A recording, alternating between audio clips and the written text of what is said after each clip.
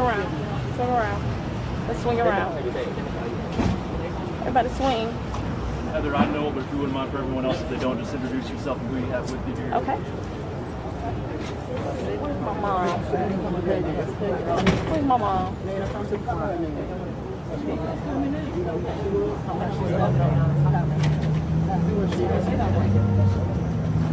What Ray? Come on, mom. Come on, Talisa, you too. Come on this side. Lisa's sweet. Yeah, come on this side. Oh, you can stand here. Go just a little bit. Mom, slide in right here. You all ready? Who am I looking at? Ma'am, please right here. Your reaction to the verdict. What's your name spelled for? I'm sorry? Your name. Heather Coggins. I'm Timothy's oldest niece. And we have here today, we have four of Timothy's siblings. We have his sister, his oldest sisters, and his brother. And your reaction to the verdict? I'm so elated with joy. I can't even describe it in words. We've waited for 34 years to even be here today. We never thought that we would be here. We thought Tim had been forgotten. My grandparents went to their grave with this murder being unsolved, the uncertainty of this murder being solved. They went to their grave with it. So I never thought that we would be here today. And to get a guilty verdict, we are elated. I don't know the words. To relive this in court day by day, hearing this testimony and sitting with the man who was accused of killing him, what was that like for you? It was extremely painful for all of us. We didn't know the details surrounding our Uncle Tim's murder.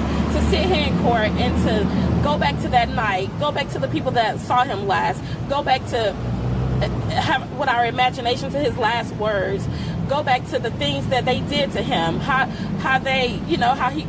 It was crazy to even visualize what he went through. It was crazy to hear the details, and it's hard not to go there with him. It's hard to not be there with him in that dirt road crying. And I know he cried out. I know he wanted someone to help him, and no one was there to help him.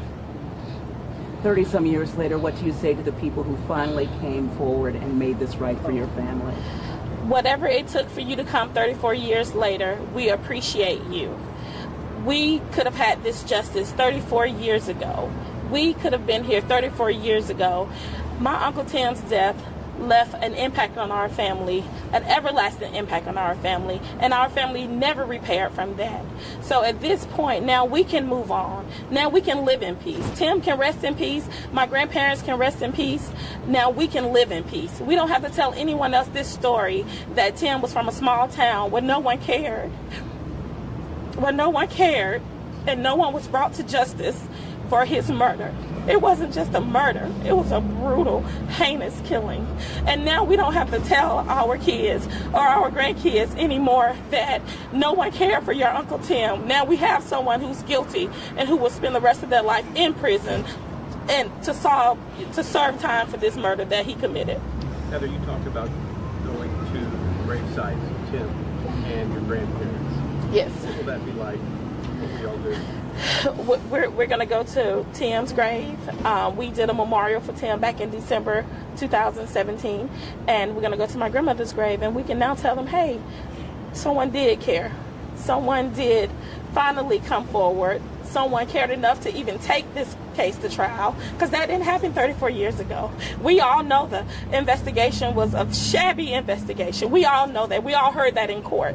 We know that the people here today, the Sheriff's Department here today, the GBI Department here today, is not the department that was here in 1983 when Tim was brutally murdered. We know that this is a different department today, and we are forever thankful and forever grateful that that's what we're here, that we're standing here with this department where they thought enough of not only Tim, but the community and justice to bring this to justice. Do you have any reaction? A lot of the witnesses in this case we heard in the courtroom that they're criminals, that they did terrible things, they're just looking for a deal, but they kept speaking, and that was the case here. The truth will always be the truth, regardless of who tells the truth. If you are a criminal, you hang with criminals. So the truth is still the truth, regardless of who's giving it, whether they're in jail, whatever meth or whatever it was they were in jail for. The truth still stands by itself. So regardless of where it was coming from, it was still the truth. What are you thinking right now? call this justice today, but there's still Bill Moore. He has a trial later this year. What are your thoughts about? Are you going to be there every day through that trial as well? We will be there every day as well as for that trial. We are a strong family. We will stand in solidarity as we have done since October 13th when we found out this case was coming back to trial. We will stand there. We will be here. It may be more of us here, but justice, we will never get justice.